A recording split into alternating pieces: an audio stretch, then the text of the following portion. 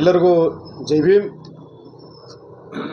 ಸ್ನೇಹಿತರೆ, ಇವತ್ತು ದಲಿತ ಸೇನೆಯ ರಾಜ್ಯಾಧ್ಯಕ್ಷರಾದಂಥ ಅಣ್ಣ ಹನುಮಂತ ಎಳಸಿಂಗ್ ಅವರ ಮೇಲೆ ಕಲಬುರಗಿ ಸ್ಟೇಷನ್ ಬಾಜಾರ್ನಲ್ಲಿ ಸುಳ್ಳು ಪ್ರಕರಣ ದಾಖಲಾಗಿದ್ದು, ಹಾಗಾಗಿ ಈ ಪ್ರಕರಣವನ್ನು ಪ್ರಾಪರ್ ತನಿಖೆ ಆಗಲು ಇವತ್ತು ರಾಜ್ಯ ವ್ಯಾಪ್ತಿ ಪ್ರತಿಯೊಂದು ಜಿಲ್ಲಾ ಮಟ್ಟ ಮತ್ತು ತಾಲೂಕು ಮಟ್ಟದಲ್ಲಿ ಈ ಪ್ರಕರಣ ತನಿಖೆಗಾಗಿ ನಾವು ಮಾನ್ಯ ಗೃಹ ಮಂತ್ರಿಗಳಿಗೆ, ಮಾನ್ಯ ಜಿಲ್ಲಾಧಿಕಾರಿಗಳು ಹಾಗೂ ತಾಲೂಕಾ ದಂಡಾಧಿಕಾರಿಗಳ ಮೂಲಕ ನಾವು ಪ್ರತಿಯೊಂದು ತಾಲೂಕುಗಳಲ್ಲಿ ಮನವಿ ಸಲ್ಲಿಸ್ತಾ ಇದ್ದೀವಿ. ನಮ್ಮ ಡಿಮಾಂಡ್ ಇಷ್ಟೇ ಇದೆ,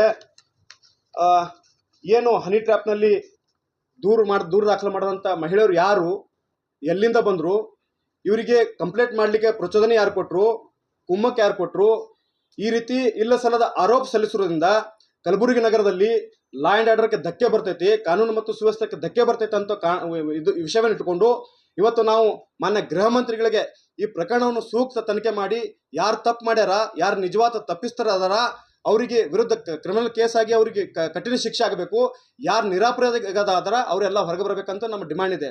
ಯಾಕಂದರೆ ಈ ಪ್ರಕರಣದಲ್ಲಿ ಅನೇಕ ನಮ್ಮ ರಾಜ್ಯಾಧ್ಯಕ್ಷರನ್ನು ಒಳಗೊಂಡು ನಮ್ಮ ದಲಿತ ಸೇನೆಯ ಕೆಲವು ಕಾರ್ಯಕರ್ತರು ಇನ್ಯಾರೋ ಮಾಡಿದ್ದಾರೆ ಅಂತ ಹೇಳ್ಕೇಸಿ ಎಲ್ಲರನ್ನ ಆರೋಪ ಮಾಡೋಕ್ಕಾಗಲ್ಲ. ಹಾಗಾಗಿ ನಮ್ಮ ಡಿಮ್ಯಾಂಡ್ ಇನ್ನುಳಿದ ಅಮಾಯಕ ಏನು ಬಂಧನ ಮಾಡಿದಾರಲ್ಲ, ಆ ಬಂಧನದಿಂದ ಮುಕ್ತಾಯ ಸರಿಯಾಗಿ ತನಿಖೆ ಮಾಡಿ ಅವ್ರನ್ನ ಹೊರಗೆ ತರುವಂಥ ಕೆಲಸ ಮಾಡಬೇಕಂತ ಸರ್ಕಾರಕ್ಕೆ ನಾವು ಒತ್ತಾಯ ಮಾಡ್ತಾ ಇದ್ವಿ. ಜೊತೆಗೆ ನಾವು ಈ ಏನು ನಮ್ಮ ಕಲ್ಯಾಣ ಕರ್ನಾಟಕದ ವಿಮೋಚನಾ ದಿವಸ ಸನ್ಮಾನ್ಯ ಇವರು ಸಂಪುಟ ದರ್ಜೆಯ ಸಭೆಯನ್ನು ಕರೆದಿದ್ದು, ಅಲ್ಲಿ ಒಂದು ನಮ್ಮ ಮಾನ್ಯ ಸಿದ್ದರಾಮಯ್ಯನವರು ಬರ್ತಾ ಇದ್ದಾರೆ.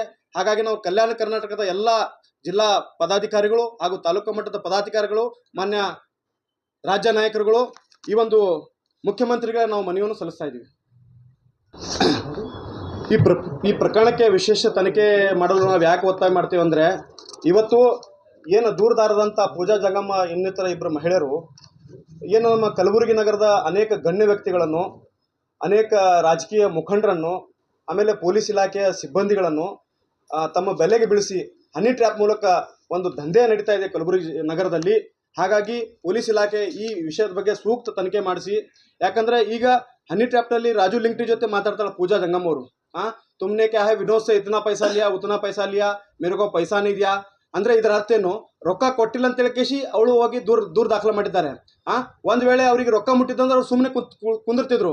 ಹಾಗಾಗಿ ಯಾರು ಈ ಪ್ರಕರಣದಲ್ಲಿ ಶಾಮೀಲಾದಾರ ಎಲ್ಲರಿಗೂ ಶಿಕ್ಷೆ ಆಗಬೇಕು. ಈ ವಿಶೇಷ ತನಿಖೆ ಮಾಡಿ ನಾನು ಸೋಮೋಟೋ ಪೊಲೀಸ್ ಇಲಾಖೆ ಈ ಪ್ರಕರಣ ದಾಖಲೆ ಮಾಡಬೇಕಂತ ನಾನು ವಿನಂತಿಸ್ತಾ ಇದ್ದೀನಿ.